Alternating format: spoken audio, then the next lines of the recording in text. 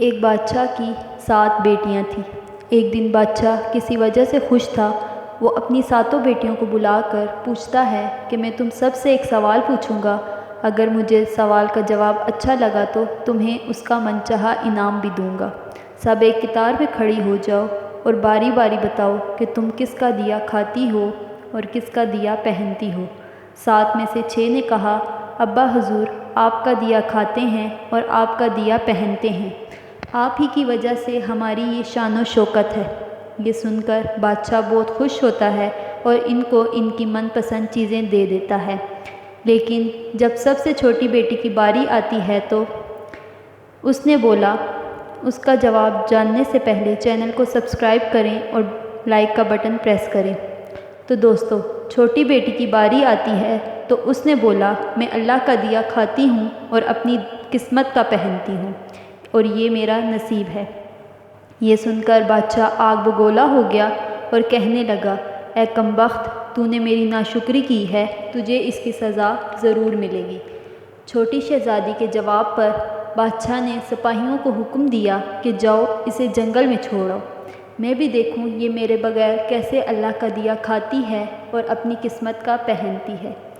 شہزادی سے تمام زیورات لے لیے گئے اور خستہ حال کپڑوں میں بغیر کسی ساز و سامان کے بادشاہ کے حکم کے مطابق جنگل میں تنہا چھوڑ دیا گیا۔ شہزادی بہت مطمئن تھی اور اس کو اپنے اللہ پر توکل تھا کہ جو اس نے رزق اور عیش و عشرت میرے نصیب میں لکھی ہے وہ مجھے ضرور ملے گی۔ سب سپاہی اسے چھوڑ کر واپس چلے گئے۔ شہزادی جنگل کو دیکھنے لگی، چاروں طرف درخت ہی درخت تھے اور دوپہر سے شام ہونے لگی تھی کہ شہزادی نے سوچا کہ کیوں نہ لکڑیاں جمع کر لوں تاکہ کوئی جنگلی جانور پاس نہ آئے اور رات بھی گزر جائے گی۔ وہ لکڑیاں ڈھونڈنے جنگل میں گئی کہ اس کی نظر ایک جھونپڑی پر پڑی، جہاں پر باہر ایک بکری تھی اور اندر سے کھانسنے کی آواز آ رہی تھی۔ تو شہزادی بہت حیران ہوئی کہ اس ویران جنگل میں جھونپڑی، لیکن وہ جھونپڑی کی طرف جانے لگی۔ جب وہ جھونپڑی میں داخل ہوئی تو کیا دیکھتی ہے کہ ایک بوڑھا ایک چرپائی پر لیٹا ہے اور کھانستے ہوئے پانی پانی پکار رہا ہے۔ شہزادی ادھر ادھر دیکھتی ہے اور اس کی نظر ایک گھڑے پر پڑتی ہے۔ وہ گلاس میں پانی بھر کر بوڑھے کو پلاتی ہے اور جھونپڑی کو صاف کرتی ہے۔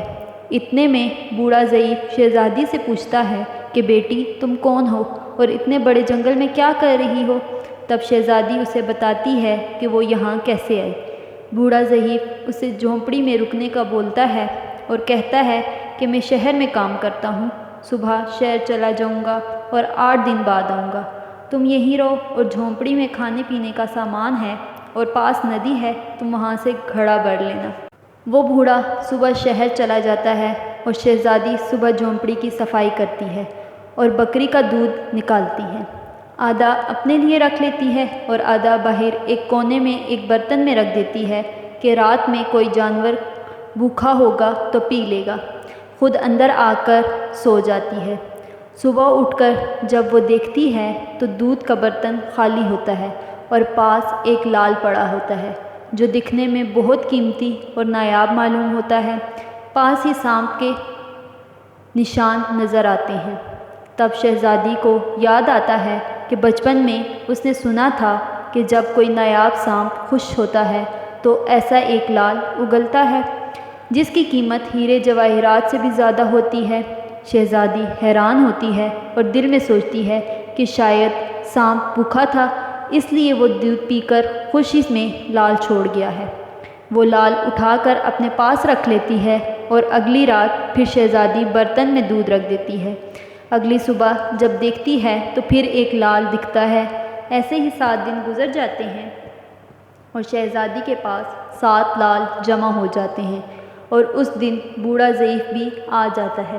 تب شہزادی اسے لال دکھاتی ہے اور سارا واقعہ سناتی ہے اور بوڑھے ضعیف کو 3 لال دیتی ہے اور کہتی ہے کہ شہر جا کر یہ لال بیچ دے اور آتے وقت اپنے ساتھ ایک محل بنانے والے مزدور کو لیتے آنا۔ باقی 4 لال وہ گلے میں پہن لیتی ہے اور کچھ ہی مہینوں میں جنگل میں ایک عالیشان محل تیار ہو جاتا ہے جس میں بوڑھا ضعیف اور شہزادی رہنے لگ جاتے ہیں۔ ایسا خوبصورت محل جس میں ہر آرائش موجود ہوتی ہے۔ شہزادی جنگل میں ایک لکڑی کی فیکٹری لگا دیتی ہے جس میں غریب کام کرتے ہیں اور ان کی روٹی بھی چلتی ہے۔ دیکھتے ہی دیکھتے جنگل شہر نما بن جاتا ہے اور دور دور تک دھوم مچ جاتی ہے کہ شہزادی بہت رحم دل ہے۔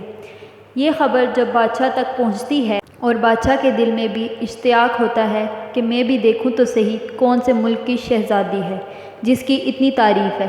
بادشاہ سپاہیوں کے ہاتھ پیغام بھیجتا ہے شہزادی سے ملنے کے لیے۔ شہزادی کے سپاہی جب شہزادی کو بتاتے ہیں تو شہزادی یہ حکم دیتی ہے کہ بادشاہ سلامت ایک ہی شرط پر ہم سے مل سکتے ہیں کہ وہ اپنی تمام بیٹیوں کے ساتھ آئیں۔ سپاہی بادشاہ کو پیغام دے دیتے ہیں۔ ایک دن بادشاہ اپنی بیٹیوں کے ساتھ شہزادی کے محل جاتا ہے۔ شہزادی ان سے چہرے پر نقاب کر کے ملتی ہے اور ان کے لیے 7 رنگ کے کھانے پیش کرتی ہے اور ہر کھانے کے ساتھ اسی رنگ کا جوڑا اور زیور پہن کر آتی ہے۔ شہزادی کا رہن سہن اور اس کا انداز باقی شہزادیوں اور بادشاہ کو بہت متاثر کرتا ہے۔ آخر میں بادشاہ شہزادی سے کہتا ہے کہ تم میری بیٹی کی جگہ ہو اور میں بھی تمہارے کہنے پر اپنی تمام بیٹیوں کے ساتھ آیا ہوں، پھر ہم سے یہ پردہ کیسا؟ بہت اصرار کے بعد شہزادی مان گئی اور کہتی ہے کہ میں تیار ہو کے آتی ہوں۔ سب شہزادیاں آپس میں سرگوشی کرنے لگتی ہیں، اتنی تو تیار ہے، اب اور کتنا تیار ہوگی؟ اتنے میں کیا دیکھتے ہیں کہ دور سے ایک خستہ حال کپڑوں میں کوئی آ رہا ہے۔ غور کرنے سے معلوم ہوتا ہے کہ یہ تو اسی کی بیٹی ہے جس کو اس نے اس حالت میں محل سے نکالا تھا۔ یہ ابھی تک زندہ ہے؟ میں تو سوچتا تھا اس کو جنگل کے جانور کھا گئے ہوں گے، اور جب میں نے اپنے سپاہیوں کو اس کی خبر لینے بھیجا تھا تب انہوں نے بتایا کہ وہاں شہزادی کا کوئی نام و نشان نہیں۔ یہ کیسے ممکن ہے؟